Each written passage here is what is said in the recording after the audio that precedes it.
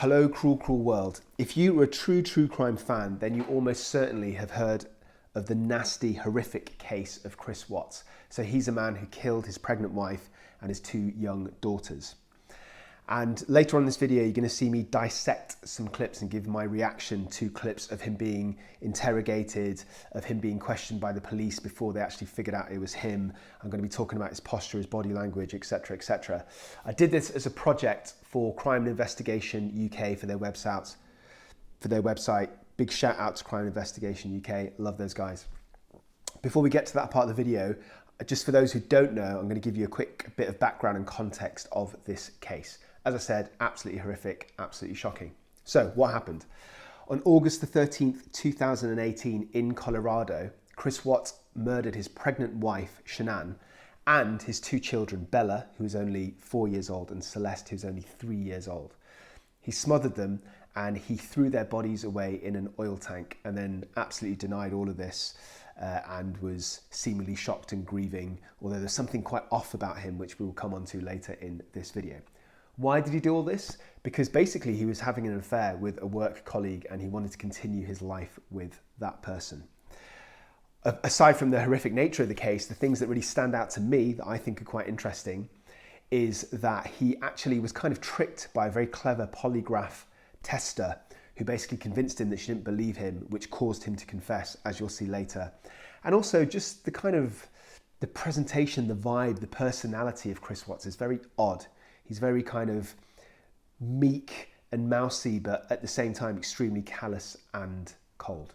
Anyway, enough rambling, let's get into the video. Just before I do that, I'm going to say if you're interested in this topic, you should go and check out my critique on Dr. Grande and his diagnosis of Chris Watts, which I think he got completely wrong, called him a psychopath.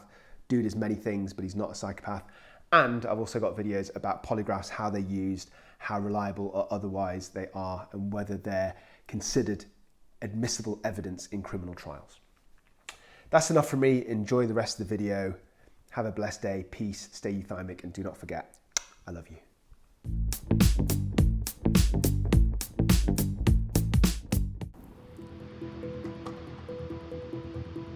Chris, I had noticed that he wasn't watching the tape.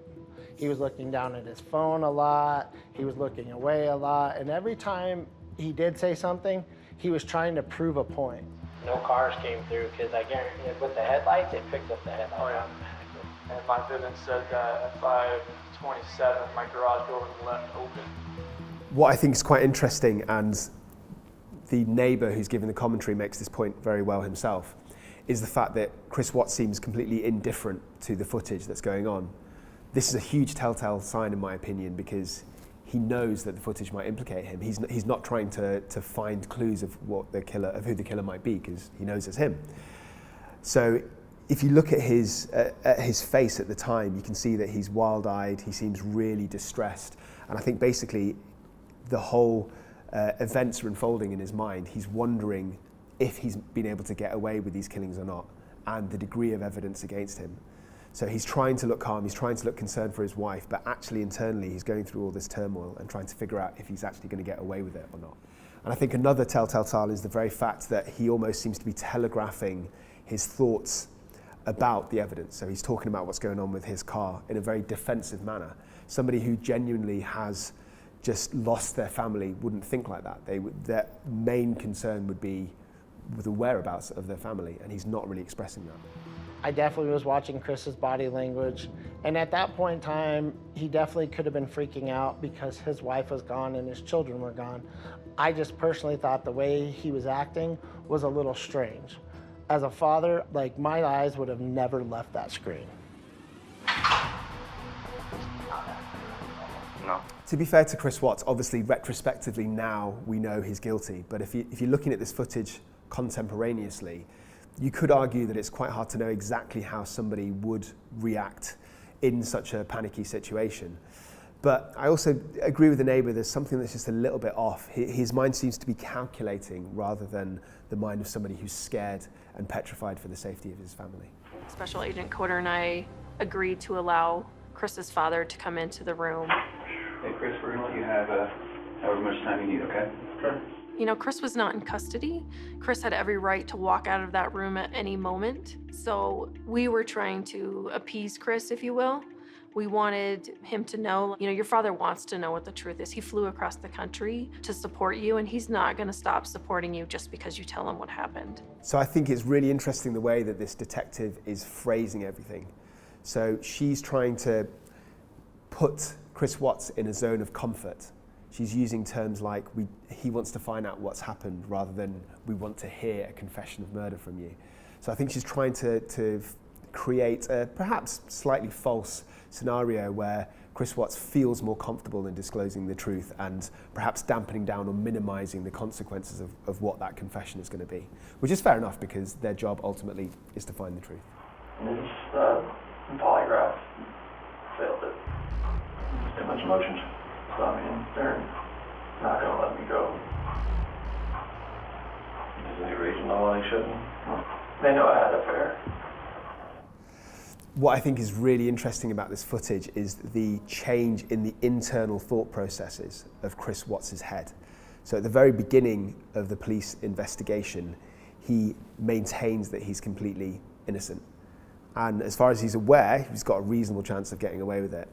Then over time, everything changes. So he fails this polygraph test. I think reality is starting to crash in around him. Now he's been presented with the opportunity to confess to his father as opposed to confessing with the police, which probably makes things a little bit easier. And this answer right here, they know I had an affair, I think is his last ditch attempt to try and sidestep the guilt. But as I think we're about to see, I think his father's going to press him for a bit more. Anything else you want to tell me? What's going on? I don't want to protect her. What? I don't want to protect her. She hurt him? Yeah.